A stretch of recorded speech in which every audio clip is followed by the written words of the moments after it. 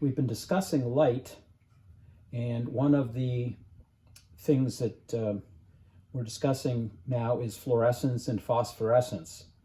Okay, before I show you that process, I do want to show you an interesting, if you've never seen these beads here, if you notice, they don't have any remarkable color to them, right?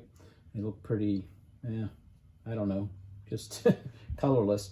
But if I shine some ultraviolet light on it, I've got a flashlight here that will send out ultraviolet light. And if I shine ultraviolet light on them for a while, you'll notice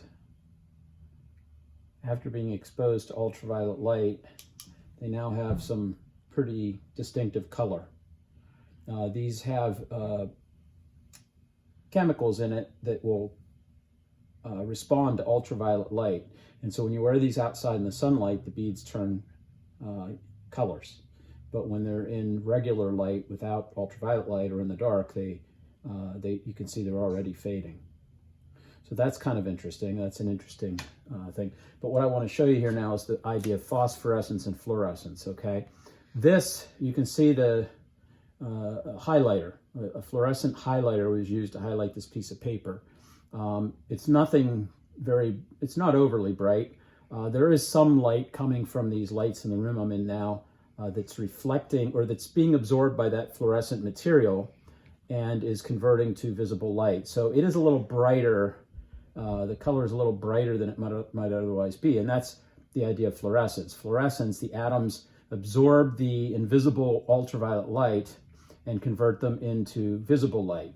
And so not only is that yellow highlighter there reflecting yellow light in the room, but it's also converting the small amount of ultraviolet light in the room into visible light. Now, if I shine it with this ultraviolet flashlight, you'll see that it will get very, very bright. Basically, it'll look like it's glowing, and that's because the fluorescent material that the ink in the marker has will convert the ultraviolet light. It will stimulate the atoms. They'll go up into an excited state, and when they come back down, they give off visible light in that yellow region, and you'll see a nice bright yellow. But as soon as I remove the ultraviolet light, you'll notice that the brightness or the glowing immediately stops. There is no after effect. There is no delayed effect from this. And so let me turn this on and show you this so you can see what happens. I shine that ultraviolet light on there, and look how bright it is. It's taking the invisible ultraviolet light coming out of the flashlight.